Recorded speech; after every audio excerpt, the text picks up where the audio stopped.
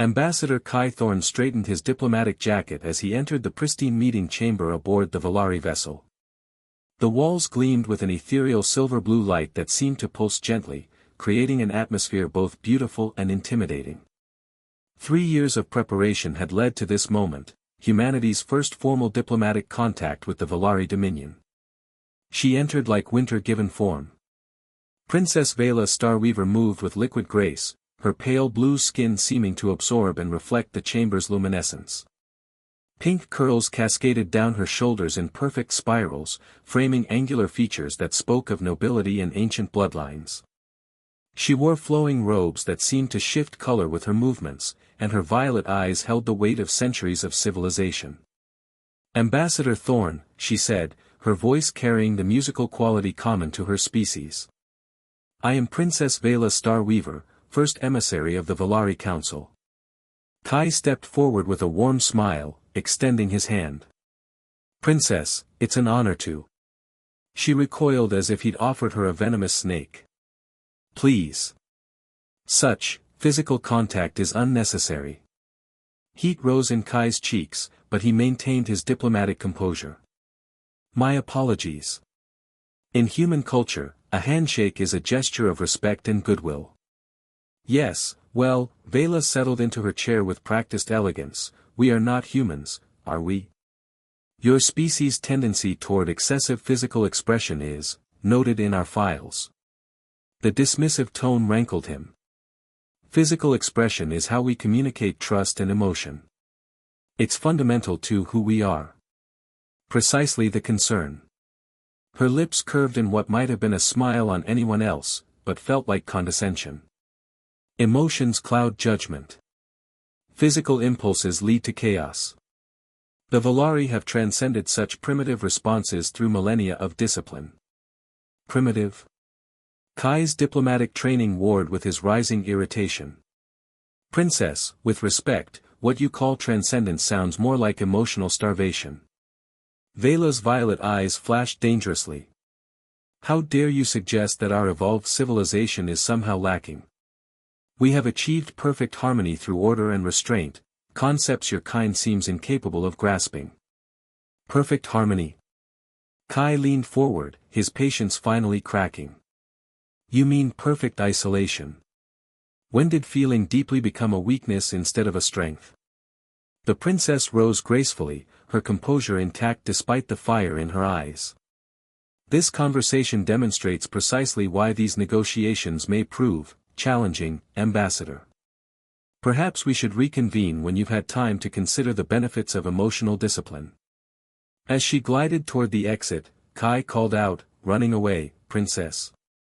How very transcendent of you." She paused at the threshold, her back rigid with barely contained fury, but she didn't turn around. The door sealed shut behind her with a soft whisper, leaving Kai alone with the growing certainty that this diplomatic mission had just become infinitely more complicated, and infinitely more personal. 3 days had passed since their disastrous first meeting, and diplomatic progress remained non-existent. Kai wandered the crystal gardens of the Valari Palace, marveling at the living sculptures that grew from pure light and energy. The negotiations had been moved to the homeworld as a gesture of good faith, but the gesture felt hollow when every conversation ended in stalemate. "You seem troubled, Ambassador." He turned to find Princess Vela approaching along a path of luminescent stones. Away from the formal chambers, she seemed somehow more real, more present. The garden's soft glow complemented her pale blue skin, and her pink curls caught the light like spun starfire. "Your Highness." He offered a slight bow, having learned to avoid physical gestures. "I was admiring your gardens. They're unlike anything on Earth. They reflect the Valari ideal, beauty achieved through control and precision." She moved to stand beside him, maintaining careful distance. "Nothing grows here by accident or impulse." "It's beautiful," Kai said carefully, "but doesn't it feel constrained? On Earth, our most stunning gardens are those where nature is allowed some freedom to surprise us." Vela's violet eyes studied him with newfound curiosity. "You speak of chaos as if it were desirable." "I speak of life as it actually is, unpredictable, messy, and magnificent because of it. He gestured toward a particularly elaborate crystal formation. This is perfect, but it will never change, never grow beyond what it was designed to be. And you find that limiting? I find it lonely. The words slipped out before he could stop them, carrying more weight than he'd intended. Something flickered across her composed features, a crack in the perfect facade. Lonely, she repeated, as if testing the word. An interesting concept from a species that clutches and grasps at one another so desperately. Is that what you think we do? Kai turned to face her fully. Clutch and grasp. Your physical customs are well documented. The touching, the embracing. Her voice carried a note of disdain, but he caught something else beneath it, uncertainty. The kissing. Such base, animalistic behavior. Animalistic? Despite his diplomatic training, Kai felt his temper flare. Princess, kissing isn't animalistic, it's one of the most human things we do. It's how we share emotion, how we connect on a level deeper than words. Connection. She spoke the word like it tasted foreign. Another human obsession. Not obsession, necessity. He stepped closer, watching her stiffen. When did your people decide that feeling deeply was a flaw to be corrected? When we realized that such feelings lead to chaos, to war, to the destruction of civilizations. Her voice carried the weight of recited doctrine, but her eyes seemed to search his face. We chose transcendence over base desires. And what did you lose in the process? The question hung between them like a challenge. Vela's perfect posture wavered slightly, and for a moment, she looked almost vulnerable. We lost nothing, she said, but the words sounded hollow even to her own ears. Really? Kai's voice softened. Then why do you seem so curious about what you're missing? Her violet eyes flashed with indignation, but beneath the anger, he saw something else, a hunger she didn't even recognize. I am not missing anything, Ambassador. Your primitive customs hold no interest for me. Prove it. The words hung in the air between them, a dare wrapped in silk. Vela's breath caught, and for the first time since he'd met her, she looked truly shaken. Prove what, exactly? That kissing is just base animalism. That it means nothing. He took another step closer, his voice dropping to barely above a whisper. One kiss, princess. A diplomatic experiment. If I'm wrong, you'll have proven your point about human primitiveness. Her eyes widened, and he watched her struggle with concepts her culture had never taught her to process. And if you're right? Then maybe you'll understand what you've been missing. Vela stared at him for a long moment, her composed mask slipping further with each passing second.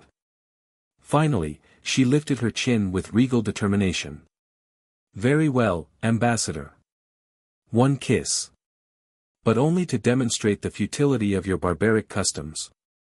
But even as she spoke, Kai noticed the slight tremor in her voice, the way her hands trembled almost imperceptibly at her sides. She was curious, whether she admitted it or not.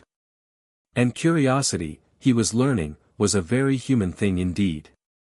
Vela led him deeper into the gardens, away from the main pathways where curious eyes might observe their diplomatic experiment. They found themselves in a secluded alcove surrounded by towering crystal formations that cast dancing shadows in the ethereal light. The air itself seemed to shimmer with anticipation. Here, she said, her voice steadier than her racing pulse. This should be private enough for your demonstration. Kai studied her face, noting the way her violet eyes darted everywhere except to meet his gaze. Despite her regal bearing, she was nervous, perhaps even afraid. The realization made him gentler his approach.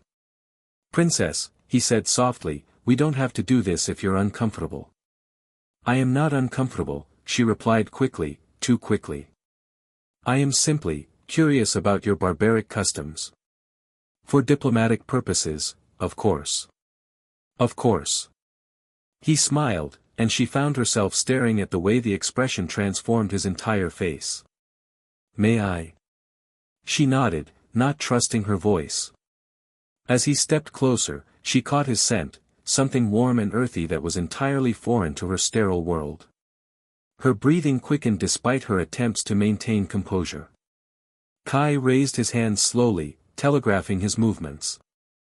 "I'm going to touch your face," he warned gently. "Just to guide you."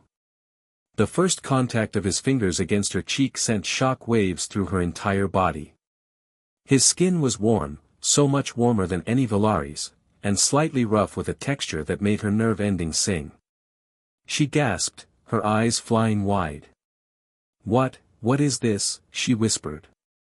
"Just touch," he murmured, his thumb tracing the elegant line of her cheekbone. "Your skin is so soft, like silk made from starlight."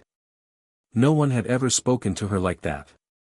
In her world, beauty was acknowledged with clinical precision, never with such poetry. She felt something unfurling in her chest, warm and dangerous. "Now," he said, his voice barely audible, "I'm going to kiss you." He leaned in slowly, giving her every chance to pull away. But she found herself frozen, caught between terror and fascination. When their lips finally met, the universe exploded. The kiss was soft at first, hesitant, but the moment their mouths touched, something primal awakened within her. Her body came alive in ways she'd never experienced, every nerve ending suddenly hypersensitive. She could taste him, something uniquely human and intoxicating, and feel the warmth of his breath mingling with hers. Her hands, which had been rigid at her sides, suddenly came up to fist in his shirt, pulling him closer. The logical part of her mind screamed in alarm, but it was drowned out by the overwhelming sensation of connection, of completeness she'd never known she was missing. Kai deepened the kiss slightly, his other hand coming up to cup her face, and she made a sound, a soft, breathless moan that would have horrified her if she'd been capable of rational thought. But rationality had abandoned her, replaced by pure sensation and an hunger she couldn't name. When they finally broke apart, both were breathing hard. Vela stared at him in shock, her violet eyes wide and luminous, her perfect composure completely shattered. She began, then stopped, her voice failing her. "How do you feel?" he asked gently. "I feel." She pressed a trembling hand to her chest, where her heart was racing like a wild thing. "I feel everything." "How is this possible?" "It's possible because you're not as transcendent as you think," he said, his voice warm with understanding. "You're just as capable of feeling as any human. Your people have just taught you to suppress it." She took a shaky step back, her mind reeling. This is impossible. I can't. "Vela," he said, using her name for the first time, and the sound of it on his lips sent another shiver through her. It's okay to feel. But it wasn't okay. It was terrifying and wonderful and completely against everything she'd been taught. As footsteps echoed from the main pathway, she pressed her fingers to her lips, still feeling the phantom warmth of his kiss. "Someone's coming," she whispered, panic replacing passion. "You have to go. Vela. Please." Her voice broke slightly.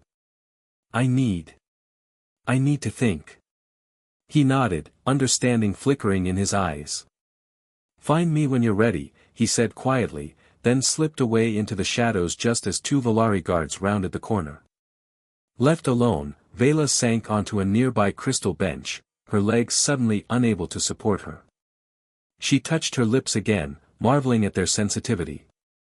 Everything felt different now, the garden, the air, even her own skin.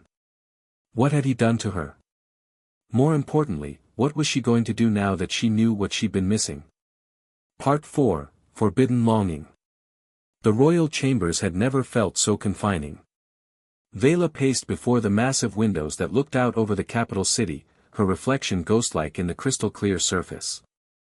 3 hours had passed since the kiss, and she couldn't stop thinking about it, about him, about the way her body had responded to his touch as if it had been waiting her entire life for that moment.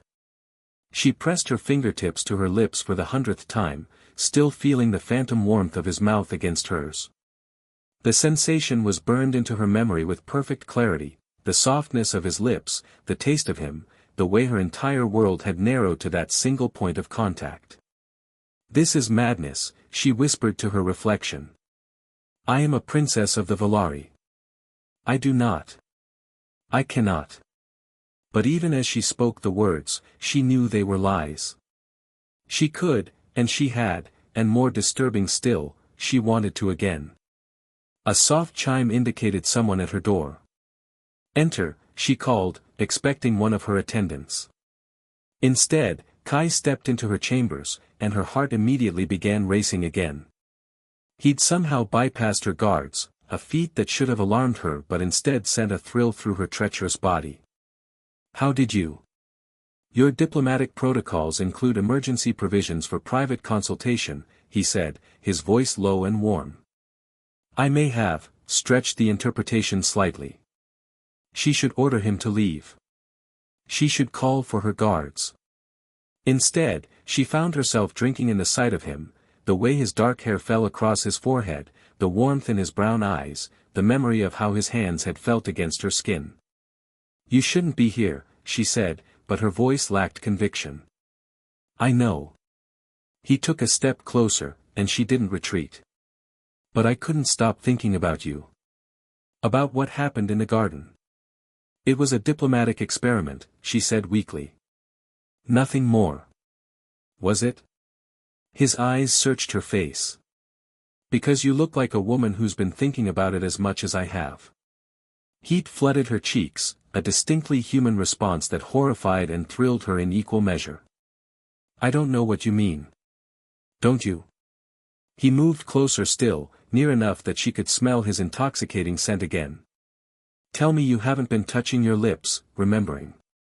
Tell me you haven't wondered what it would feel like to kiss me again." She opened her mouth to deny it, but the words wouldn't come. Instead, she found herself staring at his mouth, remembering exactly how it had felt against hers. "Vela," he said softly, and her name on his lips was like a caress. "It's okay to want this. To want me." "It's not okay," she whispered, but her body was already betraying her, swaying toward him. "I'm a princess. I have duties, responsibilities. I can't." "Can't what?" "Can't feel. Can't be happy." His hand came up to cup her cheek, and she leaned into the touch despite herself. "Your people have convinced you that emotion is weakness, but they're wrong. Feeling deeply, loving deeply, it's what makes us strong." "Love?" The word escaped her lips in a breathless whisper. "Yes," he said, his thumb stroking across her cheekbone. "I'm falling in love with you, Vela. With your intelligence, your strength, your hidden fire. I see who you really are beneath all that royal training." She should push him away. Should deny the truth of his words. Instead, she found herself reaching up to cover his hand with hers, holding it against her face. "I don't know how to do this," she admitted, her voice breaking. "I don't know how to feel these things." "Then let me show you," he murmured, leaning down until his forehead rested against hers. "Let me teach you."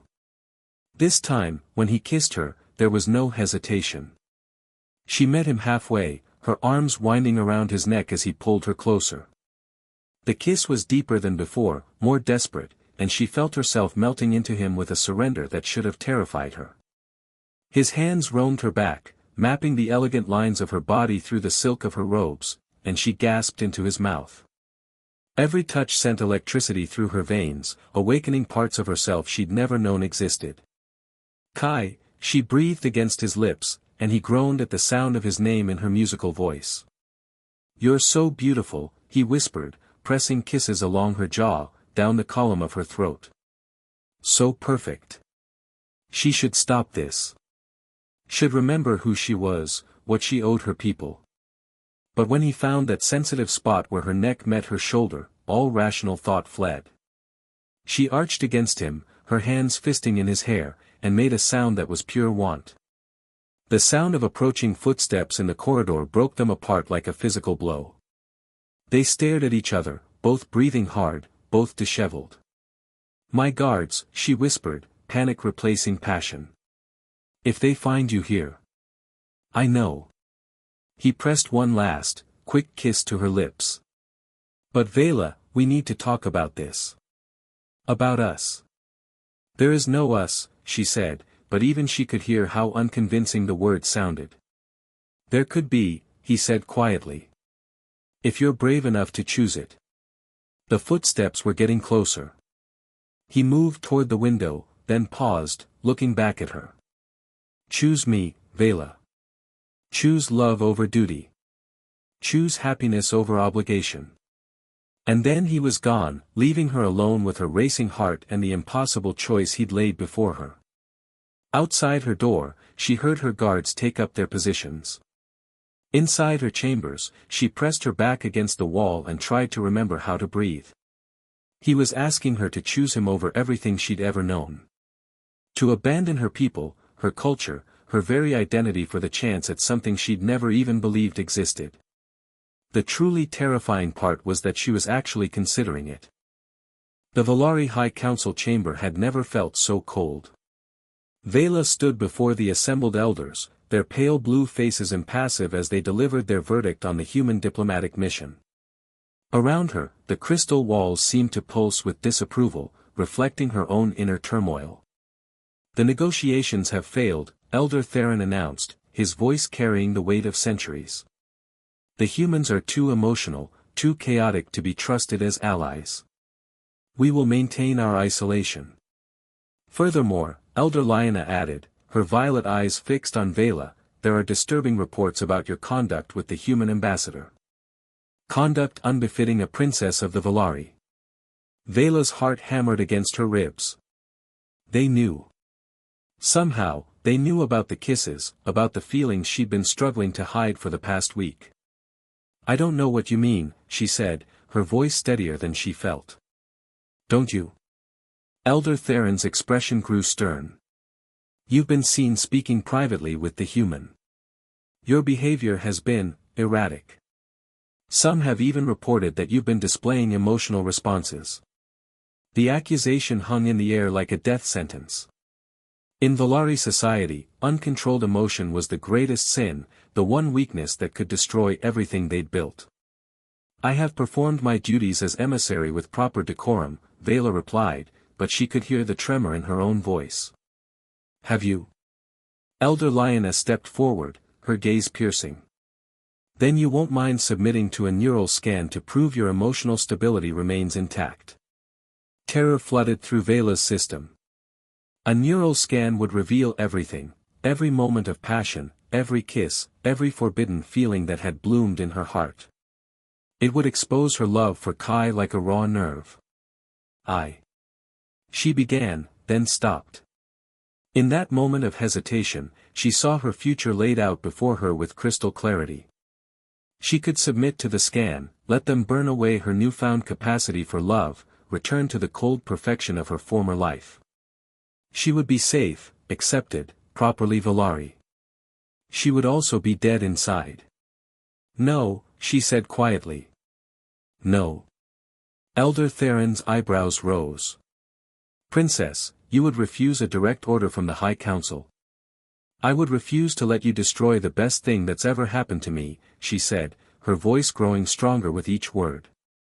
I would refuse to pretend that feeling deeply is a weakness when it's actually the greatest strength I've ever known. Gasps echoed through the chamber. Several elders recoiled as if she'd struck them. You admit to emotional contamination? Elder Lyanna demanded. I admit to falling in love, Vela said, lifting her chin defiantly. I admit to discovering that everything we've been taught about humans is wrong. They're not primitive, they're evolved in ways we never imagined. They've learned to feel without losing their reason, to love without losing their strength. Blasphemy, Elder Theron spat. You would abandon millennia of Valari wisdom for base human desires? I would abandon fear for love, Vela replied.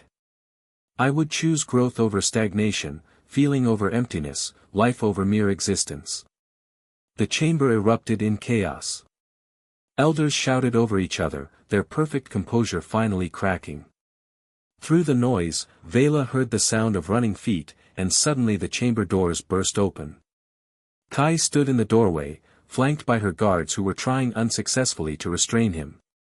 His clothes were disheveled, his hair wild, but his eyes blazed with determination. "Vela," he called out, his voice carrying across the chaos. "Come with me." "Seize him," Elder Theron commanded, but Vela was already moving. "No," she said, stepping between Kai and the advancing guards. "He's done nothing wrong except show me what I was missing." She turned to face the assembled council, her heart pounding but her voice clear. "I renounce my title.